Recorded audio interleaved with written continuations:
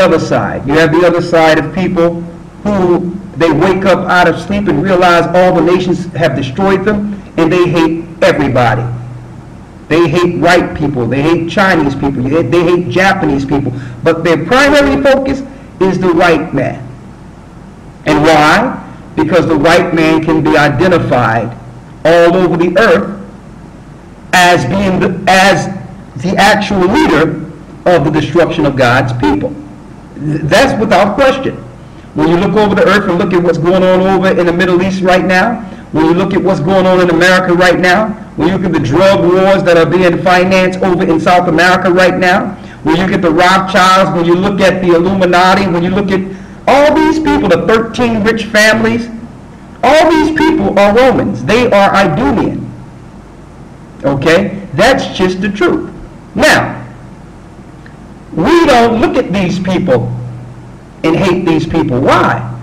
Because the Most High will judge them for what they're doing, as far as those who understand what they're doing and are purposely operating with Satan.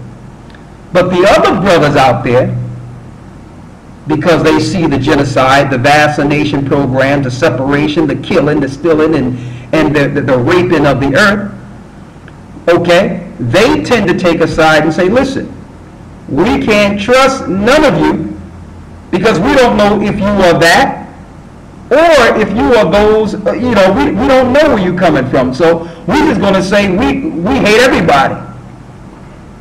Now when that happens, then there's a backlash. There's a backlash when that happens, because now the hatred is perpetual. And Christ says you have to love your enemies. Turn the other cheek. The Christ says, listen, the Most High says, vengeance is mine, saith the Lord. So if we step in the way of the Most High's judgment, then we get the backlash. So because of these brothers that are, saying they hate white people, you have a lot of white people who have a conscience towards the Most High. And there is a lot of white people who have a conscience towards the Most High. Whether they hate me for this or whatever, it doesn't matter. It's the truth. There is some white people that have conscience towards the Most High. They'll come through and start learning, and they'll run into some of these brothers who are very articulate in the scriptures. And if you go into the scriptures with them, you are done. They are masterful in linking precept. So if you go into scriptures with them concerning a white man, believe me, you will believe that you are doomed, that you will be killed.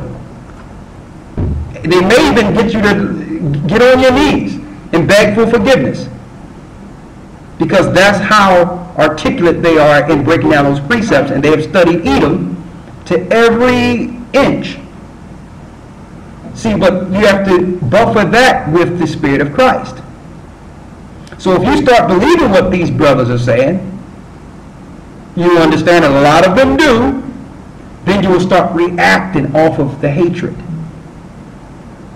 And you will start striving in genealogies. You will start going into your genealogies to see that you are not Edom, or you are not another race that went against the children of Israel, when that shouldn't be your focus. That shouldn't be your focus. And we're going to show you, according to the scriptures, that should not be the focus. Let's go to 1 Timothy 1. Right? You there? Mm-hmm. And let's start at the 3rd verse. 1 Timothy chapter 1, verse 3. As I besought thee to abide still at Ephesus, when I went into Macedonia, that thou mightest charge some that they teach no other doctrine. So Paul was writing a letter to Timothy saying, listen, I charge you that you teach no other doctrine than the doctrine we've been teaching. Read. Verse 4. Neither give heed to fables. That means give heed to fables. Fables is stories or fairy tales. The example I can give is you have a brother or sister teaching fairy tales that they were Adamites in the beginning before Adam. That's a fairy tale. That's a fable. Or Adam had a wife named Lilith. He had 2 wives and all these other things you can't find no place in Scripture. That is fable. So you're not to entertain this. You have some people telling you there's no such thing as heaven and there's no such thing as hell. Total fables. or that people are reincarnated into the earth over and over again. Total fables. Why is that fable? If you're reincarnated, then where's your judgment? Hebrews 9:27 says, it's appointed unto man once to die, then the judgment. So what soul will Christ judge on the day of judgment if you came back 15, 20 times? See, these are all fables that come with the same people that are spewing hatred and made their doctrine to point to the white man. And I'm putting it out there. Did Christ focus on the white man, or did Christ focus on the kingdom that was coming for the children of Israel? I don't have to focus on the white man if I know the white man's kingdom is about to fall. Their kingdom is done. They're finished.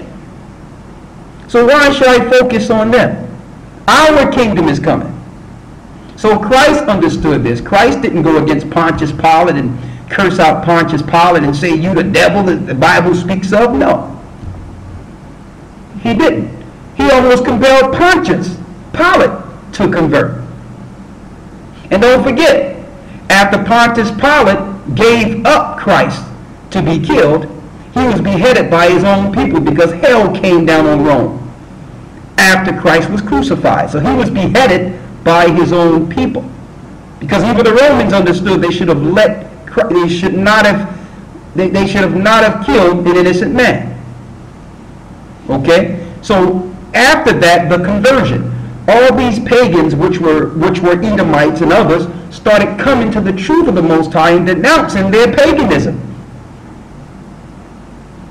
So we don't focus on the white man is the devil and the white man is going down. Listen, every nation of this earth is going down, because you cannot have two empires ruling at one time. You can't have 30 kings or 50 kings or 100 kings and Christ is king.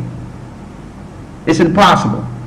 So all nations are going down because they all were complicit, and I'm going to go into that nation against nation that Christ wrote about, because race is a prominent part of Christ's return. And I'm going to show this. But Paul said that, listen, don't strive in fables. Read. And endless genealogies. And what? And endless genealogies. Let me pull up this endless genealogies to show you what that means. And I'm going to give you the Greek number in the Greek so that you can all research this yourself and understand that if you do this, you are actually going against the Bible. I'm at 1 Timothy 1 and 4. When it says endless genealogies, it means tracing by generations. The Greek number is 1075. Tracing by generations. So that means if you're going into your father to see who he is, you're going against Scripture. See, an Israelite don't have to do that, because Jacob told his 12 sons what would befall them in the last days. So we know who the children of Israel are based on history.